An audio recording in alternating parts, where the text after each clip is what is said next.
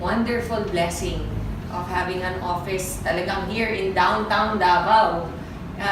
The company has only been open 6 months and yet we're all the way in Mindanao na. Can you imagine? Yes. Grabe si Lord, nakakalula.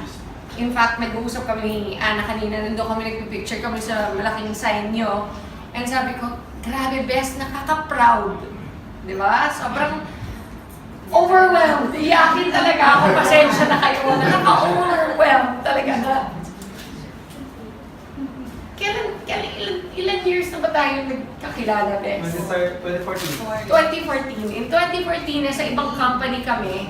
Ang dami namin hinanakit. Alam mo yung mga gano'n na pinagdaanan and everything. Pero, totoo pala yung sinasabi nila sa Bible na yung baptism of fire. Thank you, Bes. Di ba yung kailangan dumaan ka talaga minsan sa hard times para ma-appreciate mo rin. Eventually, yung pagdating nung lahat ng blessings ni Lord. Yes. At huwag mong i-take for granted. Yes. Mag-share lang ako ng konti. Sorry ha, sobrang emotional talaga. Ay! Woo! Time out! Okay, in year 2000, 2001, na-diagnose po ako ng breast cancer. Stage 2, right breast. Nakikita niyo, buo na ulit. Pinabelo ko na yan. And in 2001, stage 2 ako, I had to remove a large part of my right breast kasi nandun yung tumor. And sinabi po sa akin na cancerous siya. And 30 years old pa lang ako noon. So ang feeling ko, ang bata-bata ko pa, mamamatay na ako. Diba? Alam niyo siguro yung fear, lahat tayo meron tayong fears. Pero yung, imagine niyo na lang yung worst fear niyo, i-magnify niyo by 1,000,000%. Ganon siguro yung dumating na fear sa buhay ko. And yet, at the time, because I was already Christian, which is why it's so important na talagang may relationship tayo kay Lord, is because pag dumating yung mga pagsusubok sa buhay natin, kahit na meron possibility na we won't make it, diba? There's a possibility na kunin na nga tayo ng tuluyan ni God, at least meron kang peace of mind deep inside na kahit ano pa mangyari, alam mo kung saan ka pupunta. Alam nyo, that gives you so much peace. And in spite of all the fear and all of that, talagang nagpursige. I prayed so hard. Sabi ko, Lord, kung trial lang to, kung may dahilan ka, kung may purpose ka para sa akin, why I am going to go through this journey, kasi everyday naman sa buhay ng tao is a journey until makarating ka na sa iyong dapat puntahan, which is either heaven or hell.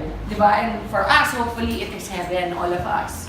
And during that journey, I prayed so hard that He would show me the reason why He allowed that to happen in my life. And that is when, after my first chemotherapy, where I lost all my immune system, ang average po ng immunity ng white blood cells sa katawan ng tao is between 15 and 20,000. Ang akin po, bumagsak ng negative. As in, walang-wala na. Ubos. In fact, so much so na kapag may pumasok na nurse na may sipon or nanggaling sa isang restaurant na meron siyang hinawakan na bagay na may virus or whatever, pwedeng ipasa sa akin, for sure I'll die. It was that bad, my immune system. Naka-reverse isolation po ako sa hospital, which means naka-bubble. Yung kama ko, naka-plastic siya. So bawal kahit anong virus na makapasok po dun sa room ko. Kasi my health was so detrimental na even somebody na kakatawa man na nagkulangot sa labas at pumasok sa kwarto ko, pwede na akong hawaan ng whatever virus at mamatay ako. It was during that time that I begged my doctor to allow me to have a laptop. Kasi, imagine niyo, kunyari, itong stage na to, naka-cover ng plastic. Okay? At ako yung nasa loob, in a bed. Ano magagawa mo doon? Wala. Sabihin mo, can I borrow a book? The book, they don't know where it came from. So, they don't know kung may nag-handle na may virus. So, bawal. Can I watch TV? You cannot watch TV kasi, alam nga, ipasok nila yung TV sa loob ng bubble mo. So nothing, bawal lahat. Ang pinag-pray ko talaga, Lord, bigyan mo naman ako ng laptop. Kahit ano lang, para meron akong nagagawa sa loob. And they had to buy a brand new sealed laptop and give it to me inside. It was a nurse that came, she was naka-rubber outfit. Alam mo yung mga uniform ng nurse, di ba? Blue. Pero ito, yung nurse ko, naka-blue pa rin siya, pero rubber yung uniform niya. Okay? As in plastic na makapal. Yun ang suot niya. Pinasok niya, naka-seal yung laptop, binuksan ko. Fortunately, may outlet sa loob ng bubble ko. So, nakapag-laptop na ako. And that's where I started to research for myself. What is cancer? How can I help my immune system? Lahat ng kinocomplain ko sa doktor, alam niyo, pag nagkikimo kayo, may 100 problems that come with it. Sabi nila, chemo is supposed to cure your cancer. But they don't tell you that it kills your immunity.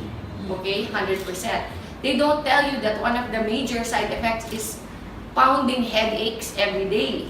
So, di ba habang nagagamot ka for your cancer, binibigyan ka naman ng ibang mga problema. So, pag nag-complain ako ng masakit ang ulo ko na para akong may migraine, magdadala ulit another gamot. Na yung another gamot naman na yun, nakakasuka. So, the whole day, nagsusuka ka. Okay, tapos bibigyan ka naman another medicine to cover naman din pagsusuka. So, ano siya? Para siyang domino effect. Until I really thought, there has to be a natural way. Kasi puro gamot, puro pharma ang binibigay sa akin. Eventually, ang naisip ko, my God, magsasuffer sobra yung liver ko and my kidneys. Puro gamot ang binibigay. How will I be able to heal even if I overcome cancer? Okay? What about the rest of my body? What about my kidneys and my liver and my heart, which has gone through so much because of the chemotherapy? How am I going to recover from that? That's when I started to do all the research online. How to boost your immunity naturally. And you know, honestly, it's amazing. Ang daming ways na mag-boost ng immunity natin naturally. Sleep is the number one way. You have to rest. Okay? Sinasabi nila, the only time your body heals is when you are sleeping. Did you know that? Di ba, iniisip mo, relax, beach, okay yan, di ba? That doesn't matter. You can relax in the beach. That's enjoyment. That's not healing. Healing is sleeping. It is so important. But there are other ways you can help with products like our barley. Ang daming product na pwedeng gamitin. But did you know, the number one in the whole world that God created Himself is barley. Okay? Kaya process of elimination, isa-isa kong ni-research yan. Imagine, I had 9 months in that bubble to discover what God really created that is the best for our immune system. And during the time, you have to remember, di ko naman alam na someday I'll be standing in front of people like you. Ang purpose ko lang during the time is for my own healing. Yun lang yung focus ko na, okay, so kung ginagawa mo yung research and yung training of your own knowledge for yourself, it doesn't matter about anybody else at the time. Gusto ko lang mahila ko sa sarili ko. Okay, so that's how I focused my research. What will help me? You know, there's a saying, knowledge is power, correct?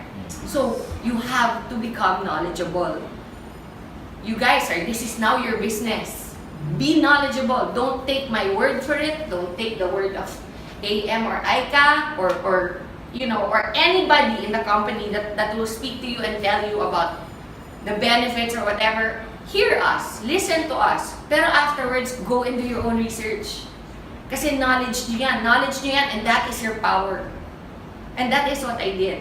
Through my own research and my own readings, I realized, isa-isa, malunggay, wow, taas ng ano niyan, healing powers niyan. Okay? Yung ampalaya, taas din ng healing powers niyan. Guyabano, wheatgrass, but above them all is barley.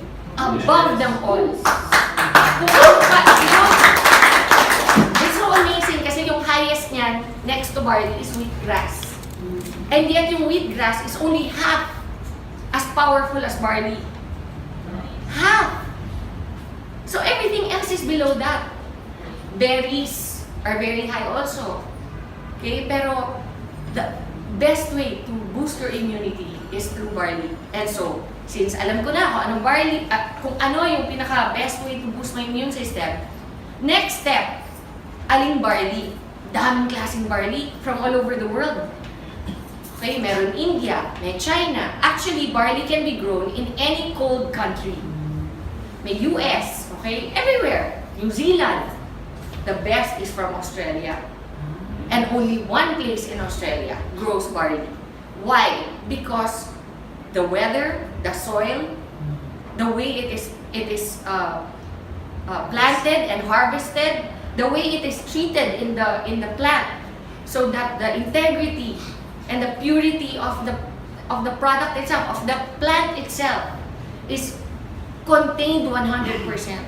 So pagdating po sa packaging natin, everything, until it gets to your table, until you open it and put it in your glass, it is still 100% there, as if it was the day they harvested it itself. That is how amazing our barley is. Now, how does barley affect people? We're not a pharma company. We don't do a million tests. We believe in what God says. He promises certain things, and try it. What have you got to lose? For me, I was already in the hospital. Nasa hospital na ako. Lahat ng sinasabi ng doktor, ginagawa ko na. Lahat ng gamot, tinetake ko. And yet, bakit? Hindi nila ako mapagaling the way nag-recover ako nung nag-barley ako. Yes. Kaaway ng mga doktor ang mga natural products. I have to be honest. Because they don't make money from natural products. That's the beauty of I Am. I Am has made it available to you so that you can make money from natural products. You know, during my first chemo, I was in that bubble. I was thinking already things like, pag namatay ako, kamusta kaya yung anak ko? Sino mag-aalaga? All the things that you don't think about when you're 30. And I was already thinking, and accept ko na, okay naman daddy niya eh, kahit ibalay kami. Mapapalaki niyang mabuti yan. Andiyan naman mama ko, my sisters, di ba? Little did I know that God had a plan. That someday, what now? That was 2000. 17 years later, I would be here with you. Yes.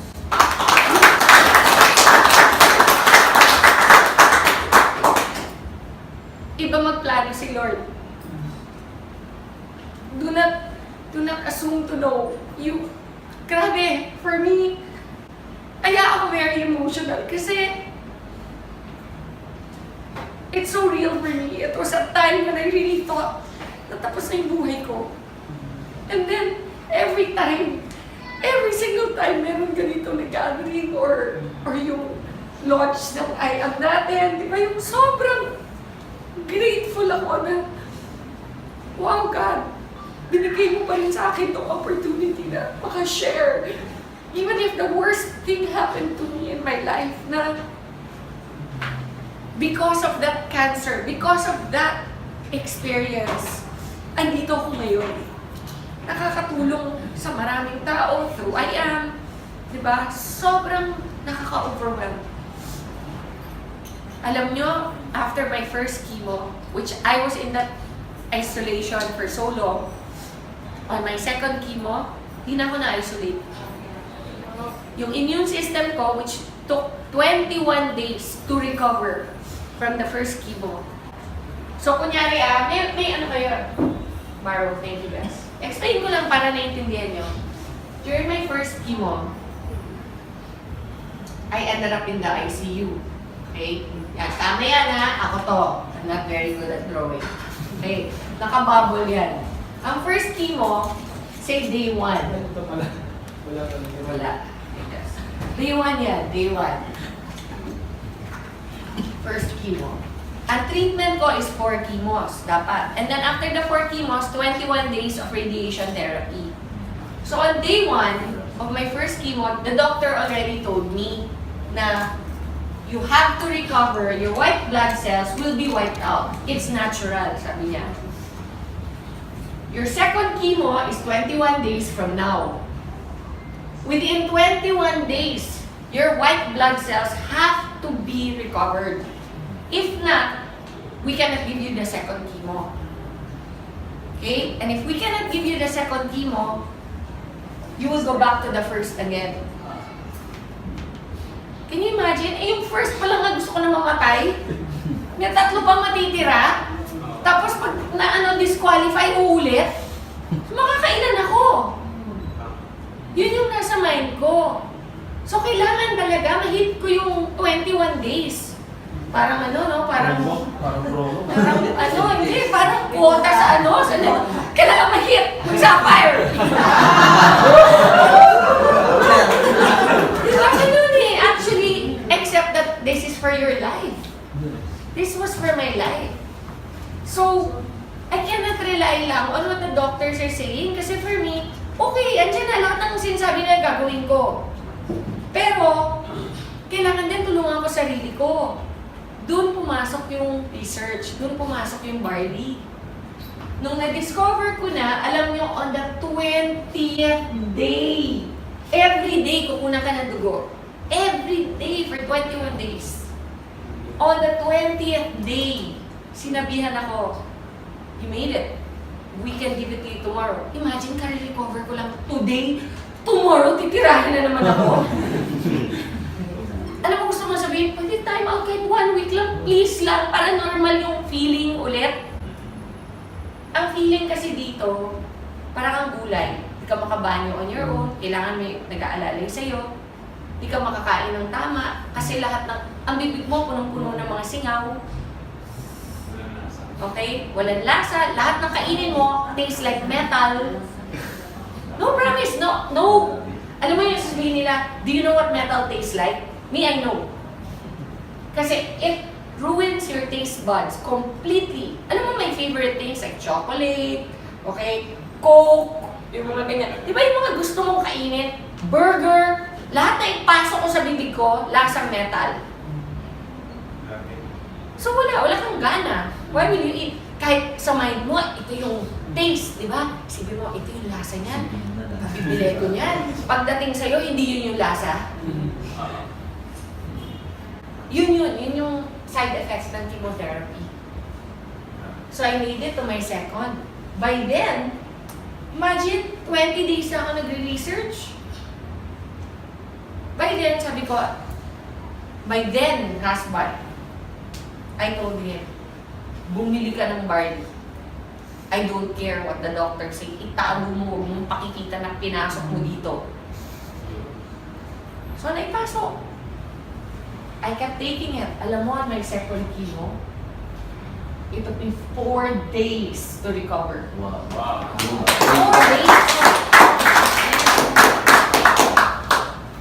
Kanina sabi ni Pichi, meron daw tao dito na nag-testify na nagtatago na siya. Na meron daw gallstones. Gallstones ba? Yes. Gallstones. And after 3 days of taking the barley, 4 days. 4 days, what happened? Lumabas. Ganun ka-powerful yung barley. There are people it takes years. There are some conditions that I had that took years to recover, but it still recovered. Like, because of chemotherapy, one of the side effects is my ovaries shut down. So, no more mens. No more period. So, my doctor told me I'll never have children again. And I only had one child back then, si Lexi. She was only 6 when I got diagnosed. And when my doctor told me na I'll never have children again, parang feeling ko, okay na rin. At least I have one. But in the back of my mind, I was thinking, what if I get a recurrence in the future? Okay? What if next time I'm not so lucky? What if next time God really wants to take me na? Diba? Sabihin natin, 5 years from now, 10 years from now, bumalik yung cancer, which is very, very much a possibility for any cancer patient. Once may cancer ka na, chances of recurrence are always 50% higher than somebody who's never had cancer. Okay? So, but now I'm on my 16th year. So, out of the woods na ako. Kumbaga, normally, ang recurrence happens within 2 years. Kung hindi ka pa graduate ng 2 years mo, hindi ka pa out of the woods. Pag nakagraduate ka na ng 2 years, your next is 5 years. That's your goal. Pag nakagraduate ka ng 5, 10. Sometimes, even at 12 or 13, nagkaka-recurrence pa. Okay? So you are not out of the woods. For me, it's been 16 years. Wow. Plus, why do I know I am cured?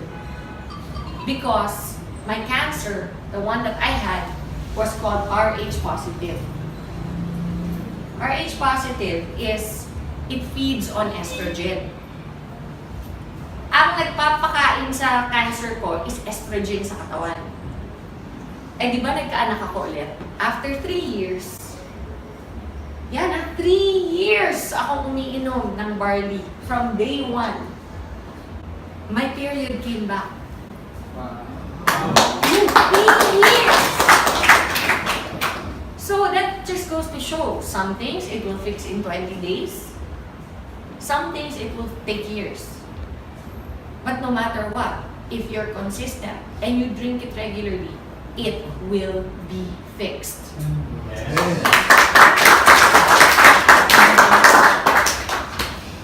So on the 3rd year, I got pregnant and I have my son. During my pregnancy, all my doctors were going crazy.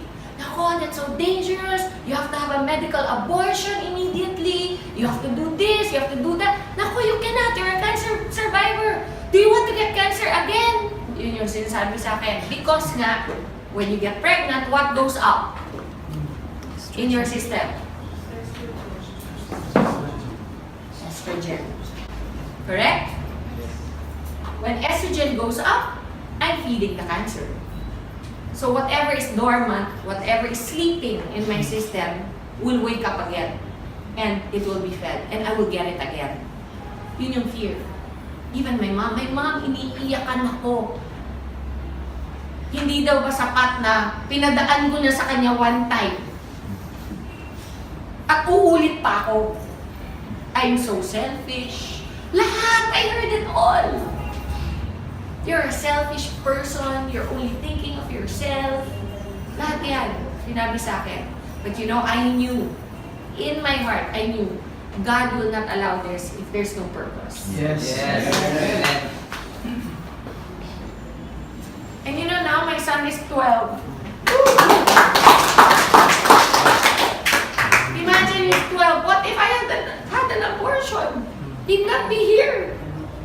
You know? And he brings everybody so much joy. Not just me, my mom, my daughter. And you know, when I found out I was going to have another child, you know, I knew in my heart it was going to be a boy. Hindi ko pa alam yung sex. Pero in my heart, I knew God promised. He said to me, you're going to have a son. You know, from the day that I knew I was pregnant, alam ko lalaki. And I knew also that, you know, I was reading Malakay because I have so many testimonies about tithing, some other time regarding tithing. But in a nutshell, when I went to the States and I found out I was pregnant, I had no money. None. But I was always a very faithful tither. Tayo, nagpapayaman, di ba? Like what Pastor said earlier, it all belongs to God. All of it. Pag 10 pesos lang ang pera mo, easy no to give 1 peso. Pag 100 pesos, easy to give 10. Pag 100,000 na, madali pa bang magbigay ng 10,000? Or, pag 1 million na, kaya mo magbigay ng 100,000? Harder, di ba? Why? It's relative. It's the same ratio. Why does it become harder? I remember there was one time I earned 1 million pesos in one TV show. I went to church. Andun si Connie Reyes. Naka-ready na yung check ko ng tithe. Pero, hindi ko mabigay sa church. Sa Victory. Lumapit ako sa kanya, sabi ko, Connie, I made na the check. But parang I can't give it. It's heavy in my heart. Sabi ko, parang ang bigat ibigay. Sabi niya, come on, Ton. Sabi niya gano'n. So, alam mo yung hawak yung, ito yung cheque ito. Here, Con. Baka mo. Sinabi niya, ipaganyanan ako sa kanya. Promise. Alam mo, she reminded me, sabi niya, you cannot outgive God. Yes. When I got sick and I had no money to pay for anything, I was in America. I blindly applied. Blindly. I'm not entitled. I'm not an American citizen. I blindly applied for medical aid. And I got approved. My entire treatment was free. Woo! And you know what? I remembered that moment that I gave that check to Connie. Yung bigat ng pag-release nung alam mo yung envelope natin, sabi ko, hirap talaga, hirap i-release yun. Pero I'm so grateful that I did because at the time when I needed help, God was there. I calculated how much it would cost. 5 million to 3. What I got in pesos, $100,000 is what it would have cost. Back then, it was 5 million. Ngayon siguro, doble na yan. But I didn't pay for anything. Even my yung maintenance ko every day, yung tawag nilang tamoxifen. Normally, one tamoxifen is $100. And I have to take one every day. You know how much I was paying? $1 for each one. You cannot outgive God. So, okay lang na magpayaman. But don't forget what Pastor said. The money isn't ours. We're only stewards. So, ayan, sidetrack tuloy ako. Okay, anyway, so because of the estrogen, everybody was fearful for me to get pregnant, but I had my son. And he's completely well. Alam mo, I only have one breast to breastfeed him. Because they had radiated my right breast. So when they radiate, I actually asked my doctor, how's that? What if I have another, eventually if I have another child, you're never gonna have another child. Alam mo yun, when somebody speaks into your life like that, how hard it is to receive and accept. But what if? No, you will never. No, but I'm just saying hypothetically, if. Don't do that to yourself. It's never going to happen. Ang kulit talaga. Alam mo yung, ganun ang demonyo eh. Ganun ang demonyo. Promise, they steal and they lie. They steal your joy. And you don't let them. And even though he probably was an atheist, I looked him straight in the eye and I said, I rebuke that in the name of Jesus. I will have another child. And when eventually I got pregnant, 3 years after, I was already here. I was so excited, I called him. My oncologist in the States, I called him. Hirap pa get through. That oncologists in America are one of the richest. Because people get cancer all the time. So they always have patients. It's a business. Normally, they don't even know you. They don't remember your name sa dami. Pero ako, natandaan niya. Kasi number 1, I'm not from there. I'm from the Philippines. Number 2, maganda ako eh. What can I say? Diba? I must have made an impression. Diba? Number 3, which is probably most likely the reason why he remembered me, I was his youngest patient. Okay. I was only 30. Most of his patients are 60, in their 50s, ganyan. Siyempre, siguro, tuwing ako yung papasok sa office niya, happy siya. Hindi masyonda yung pumasok, di ba? Hindi Jurassic. So, nagkaroon kami ng banter ng aking doktor. And I called him. When I called, I got his secretary, and the secretary said, "Oh, who is this, please?" Sabi ko, "This is Maritoni from the Philippines." "Oh, one moment, please." Ang bilis, sumagot yung doktor ko. Sabi ko, "Hi, Dr. Cooley, do you remember me?" Sabi niya, "How can I forget my beautiful patient?" Sabi niya, "What is something wrong? Are you having a recurrence?" Kasi normally, tatawag ka lang sa doktor mo kapag nagkaroon ka ng problema ulit, di ba? Sabi ko, "Oh, no, I'm perfectly fine, thank you very much. But I just wanted to call you because I remember how you told me I would never have a child again. And I just wanted to share the good news with you that I'm going to have another child." Those were my words, "I'm going to have another child." There's silence on the phone, no? And then he goes, "Well, you know what? I'm really glad you decided to adopt." Ganon siya ka-certain that I would never be pregnant again. So I said, no, Dr. Cooley, you don't seem to understand. I'm pregnant. Again, silence. Tagal. Are you there?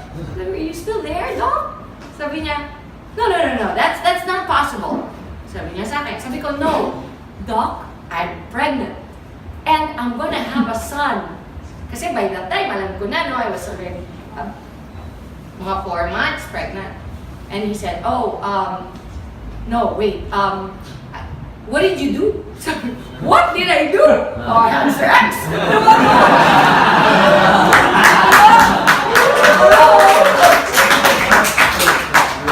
No, but, you know, I said to him, "Nothing, I didn't do anything." He goes, "No, you must have done something."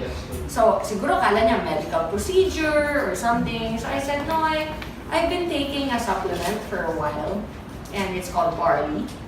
And ako yung nag-educate sa kanya about what I had done this whole time, from day one.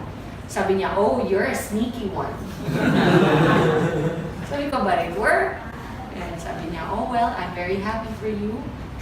You know, and in as much as we are not allowed to recommend those things, being doctors, we do not stop our patients if they want to." Sabi niya. So, imagine, that's my oncologist na. He's the one that told me I'll never have a child again. He's the one that told me that, you know, if I get pregnant, for sure I'll have a recurrence. And yet, here I am. My child is 12 years old. I'm 100% in good shape. I would like to say I'm in more than good shape. Yes!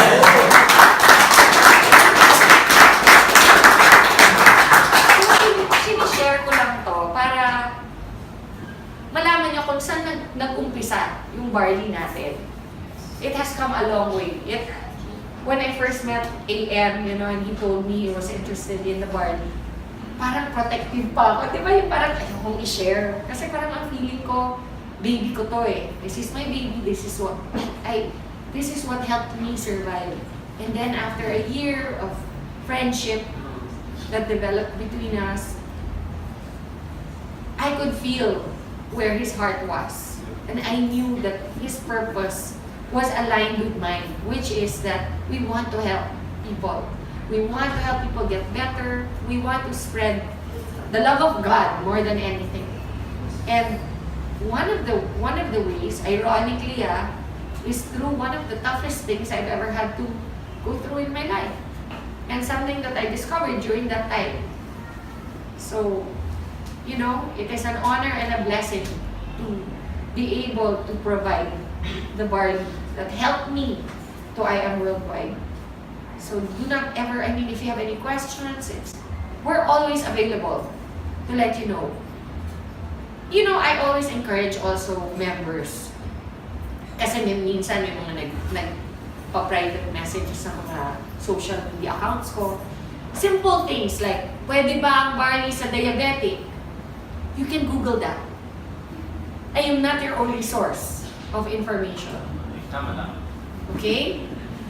It is in the internet. That's why I am proud to tell you, grabe ang galing ng barley natin. Kasi hindi lang po sa akin dapat manggaling yung believe ninyo. Ako lang po ay testimony. This thing that you see in front of you is the reason why I'm living proof that it works. Okay? But go and do your own research. Find out. Maybe, mas may alam pa kayo eventually kesa sa akin about what barley can do. Yes. Diba? You know, I've had people take barley, come up to me and say, "Hoy, alam nyo, yung anak ko, congenital ang heart disease niya, ganyan-ganyan." And then, we just kept giving barley and eventually it healed. I didn't know that barley could do that. Kasi I'm not naman a doctor or a nutritionist. I'm just a person who took this beautiful gift of God and it worked for me. And that's why I want to share it. I want to let you all know that we are here to support you in every way. It will not only give you great health, it will give you great pockets. Yes. Yes. God bless you, everyone. Thank you.